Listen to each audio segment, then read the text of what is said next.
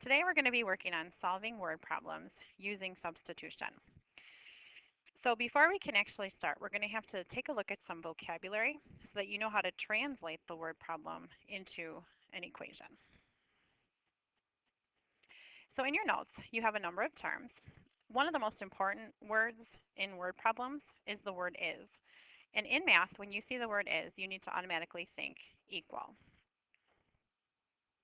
So in other words, an equal sign. The next vocabulary word is more than.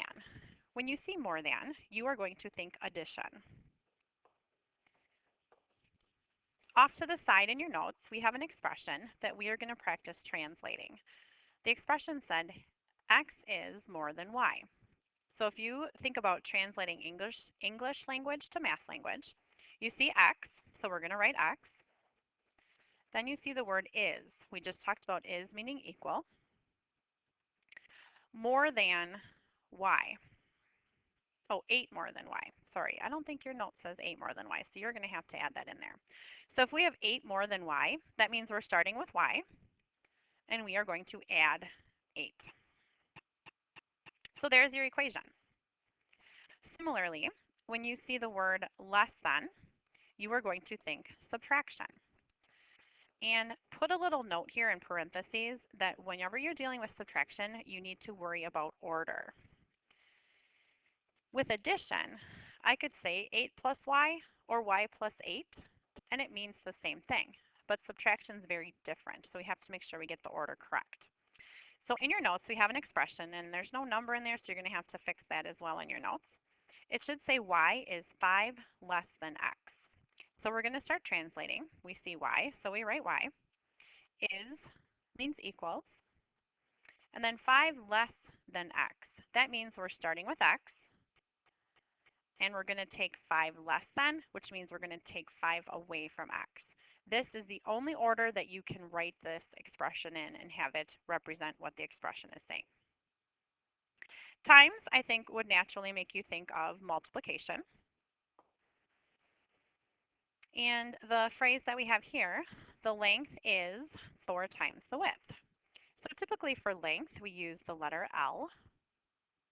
We see the word is, so we're going to write equals.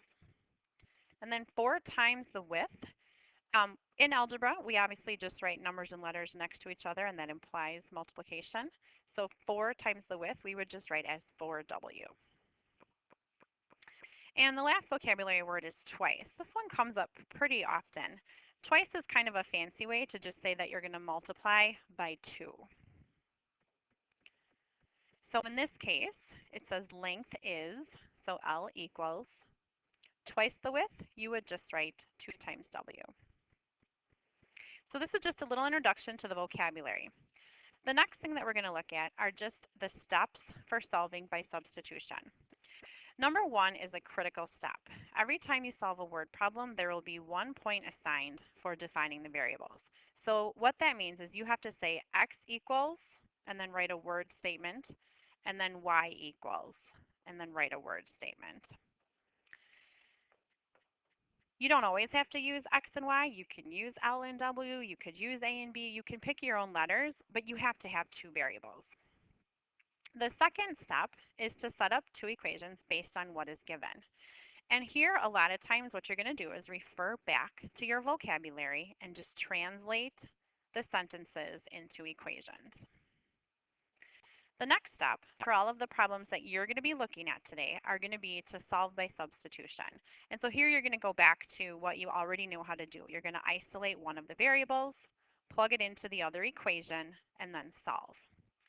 And then the last step is another critical step. When you just solved a basic substitution problem, your answer was always written as an ordered pair. When you answer the question for word problems, you need to write an answer statement. So you should definitely put that in your notes. Write in a sentence form. Because not everyone will assign their variables the same way. So there's not necessarily going to be one ordered pair that is a correct answer, but there are going to be 2 numbers that are correct. All right, so let's try some examples. Our first example, we're just going to read through. It says the sum of 2 numbers is 27. The larger number is 3 more than the smaller number. Find the numbers. Now, if you read that all at once, it can sometimes seem overwhelming. So what we're going to do is just break it down by our steps. And step one is to define the variables. So we're going to use x and y. And I'm going to say, since I have two numbers and one's larger and one's smaller, I'm going to let x be the smaller number and y be the larger number. And that's going to help as we start to translate our sentences into equations. So start with the first sentence and just kind of go through it really slowly. It says the sum. If you circle the word sum, hopefully you remember that from previous classes means you're going to add. So just put a little plus sign. The sum of two numbers. Now we don't know what the two numbers are, but we've assigned them to be x and y. So our first equation is going to be x plus y. And then circle that word is. We know that that means equals. And then obviously the 27. Our second equation is going to come from the second sentence. It says the larger number is. So the larger number we said was y. So we're going to start by writing y. Is means equals. And then the second part of the sentence says 3 more than the smaller number. So we talked about more than meaning addition. We're actually going to start with the smaller number, which is x. And then we're going to take 3 more than that. So we're going to add 3 to the x. Now, if you take out all the words and you just focus on step 2, this is a very simple substitution problem.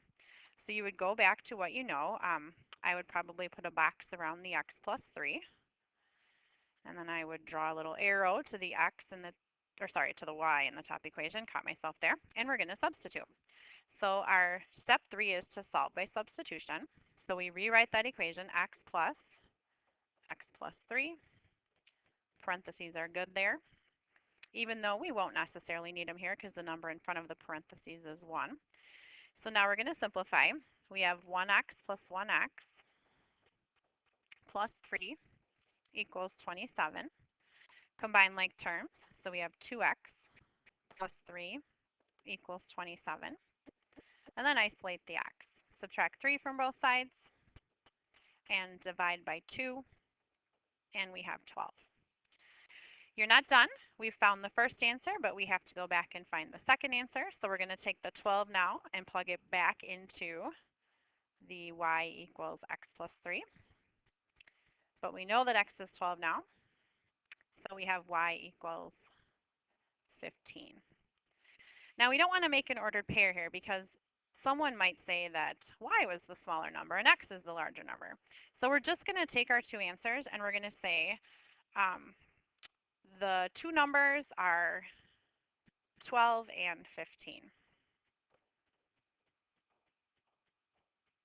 And we don't have to specify the smaller and the larger because I think we all know that 12 is smaller than 15. And the question just says find the numbers. So we've answered the question. Now I know that there are some of you listening to this video who can solve this problem in your head without writing down any equations. And that's great. But remember, we are testing you on the algebraic process here. And we're picking easy examples so that the equations are somewhat easy for you to write. If you are able to solve these in your head, just use that as a way to check your algebraic answers. But we need to see all of these steps as you're working out these problems. All right, our final example is going to take us back to our formulas unit where we're looking at the perimeter of a rectangle. Anytime you have a problem that deals with the shape, I would encourage you to start by just drawing the shape. I think your geometry teachers will appreciate that if you can come into class knowing that if there's a shape, you should draw it. So we start with the perimeter of a rectangle is 408, and the length is twice the width, and we want to find the dimensions. So I'm going to start by just labeling the dimensions. You can use x and y, you can use L and W. I'm just going to stick to x and y because I feel like we're very familiar with that. So in this problem, x is going to represent the width, or I'm sorry, x is going to represent the length, and y is going to represent the width.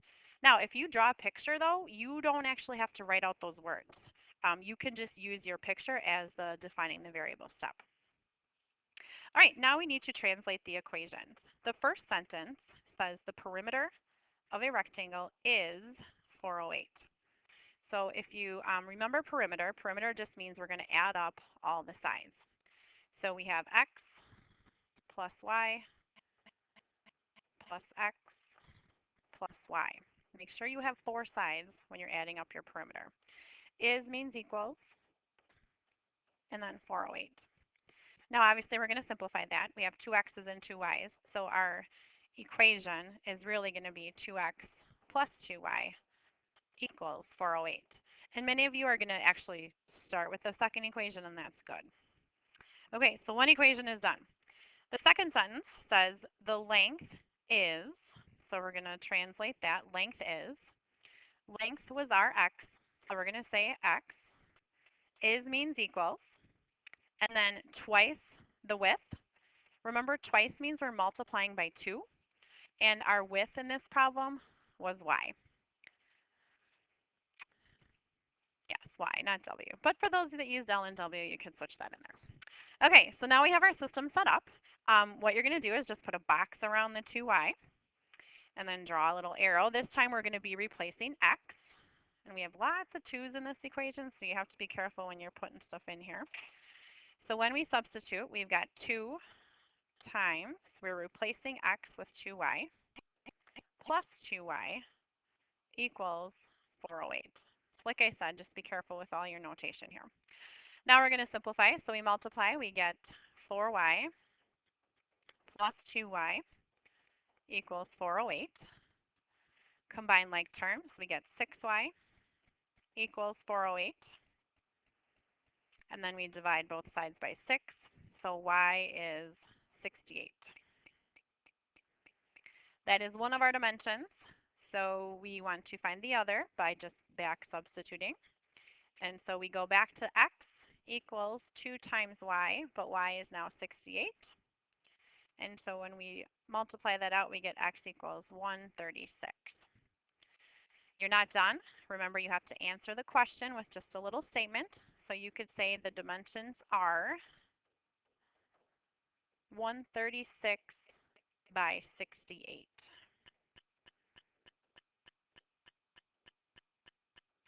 And that little x there, that time sign, that's a way to write by. So 136 by 68. It's like if you go to the lumber yard and get a 2 by 4, that means 2 times 4. If there are units in the problem, like inches or centimeters or feet, make sure you include those.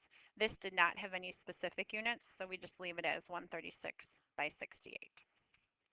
This concludes your video on solving word problems by substitution. So you now have 6 problems in your packet that you can start working on.